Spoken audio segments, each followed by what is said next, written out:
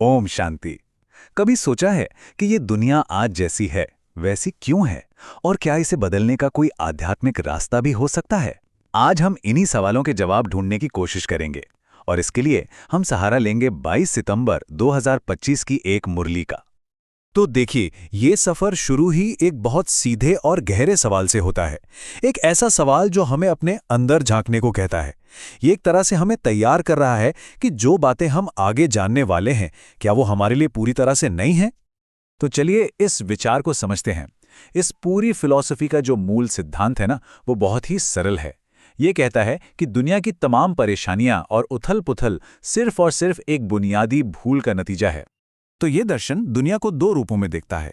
एक तरफ है नई दुनिया, जिसे स्वर्ग भी कहते हैं, जहां हमेशा सुख और शांति है, और जिसे पिता ने बनाया है। और फिर दूसरी तरफ है पुरानी दुनिया, यानी नर्क, जो अज्ञान से पल भर के सुख और बेचैनी से भरी हुई है, जिसे आज की हकीकत कहा गया है। तो आखिर वो एक बड़ी भूल है क्या? वो कौन सी एक गलती है जिससे सब कुछ बिगड़ गया? इस शिक्षा के मुताबिक दुनिया के पतन का सिर्फ एक ही कारण है, और वो है इंसान का अपने एक सच्चे आध्यात्मिक पिता को भूल जाना। बस यही वो जड़ है जहां से बाकी सारी समस्याएं पैदा होती हैं। लेकिन सिर्फ एक भूल से पूरी इंसानियत पर इतना बड़ा असर कैसे पड़ सकता है? हाँ, इसे समझने के लिए ना हमें जरा समय के एक बड़े नजरिए को देखना होगा, एक बहुत बड़े चक्र को। ये वो चक्र है जो इस दर्शन के हिसाब से इंसानियत के बनने और बिगड़ने की पूरी कहानी कहता है। और ये चक्र कितना बड़ा है? सिर्फ 5000 साल। जी हाँ, इस ज्ञान के मुताबिक दुनिया का पूरा इतिहास बस 5000 साल के एक साइकिल में चलता है। इसी को कल्प कहा जाता है, और ये बार बार खुद को दोहराता रहता है। तो ये जो 5000 साल का चक्र है ना, ये 4 युगों से होकर गुजरता है। शुरुआत होती है एकदम परफेक्ट स्वर्ण युग से, जब सब कुछ उत्तम होता है। फिर रजत और ताम्र युग में धीरे धीरे गिरावट आती है, और आखिर में आता है लौ युग, सबसे ज्यादा अशुद्धता का दौर, जिसे हमारा आज का समय यानी तमो प्रधान कहा गया है। तो सवाल ये है कि क्या इस गिरावट के चक्र को बस ऐसे ही चलते रहने दिया जाए? क्या इसे पलटा जा सकता है? इस दर्शन के अनुसार इसका समाधान एक सर्वोच्च शक्ति के हस्तक्षेप में, उनके इंटरवेंशन में छिपा है। और यहीं पर एक बहुत ही खास कॉन्सेप्ट सामने आता है, बाप दादा। अब ये बाप दादा क्या है? ये असल में दो शक्तियों का मेल है।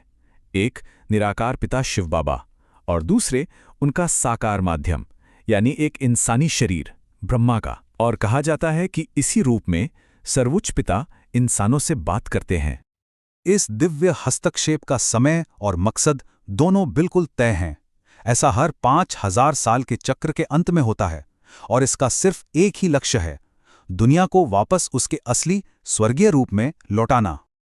ठीक है, तो पिता आकर रास्ता दिखाते हैं, लेकिन इस इतने बड़े बदलाव को असल में जमीन पर उतारेगा कौन?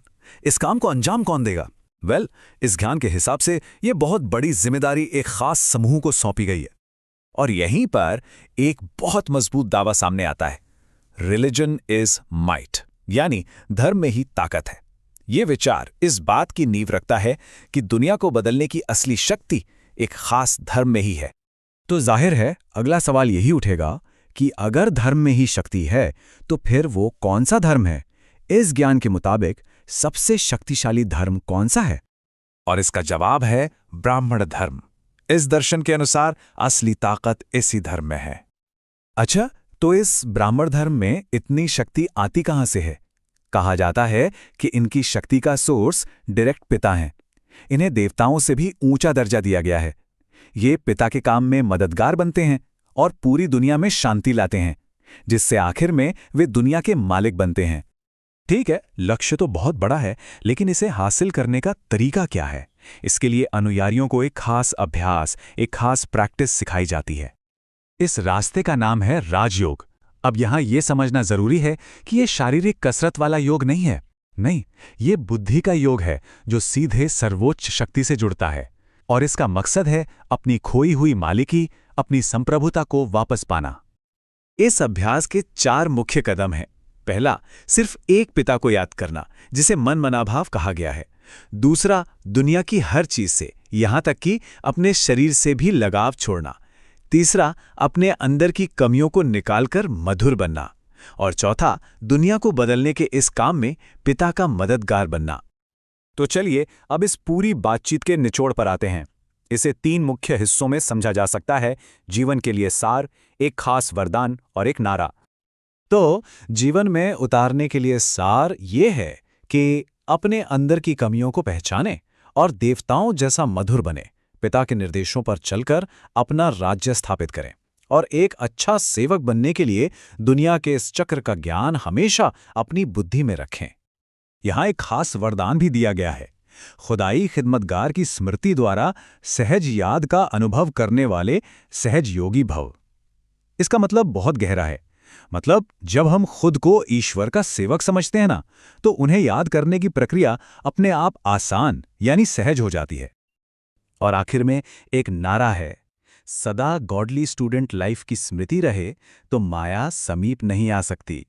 ये एक तरह का सुरक्षा कवच है जो याद दिलाता है कि अगर हम हमेशा सीखने वाले छात्र बने रहते हैं तो नकारात्मकता यानी माया हम पर हावी नहीं हो सकती।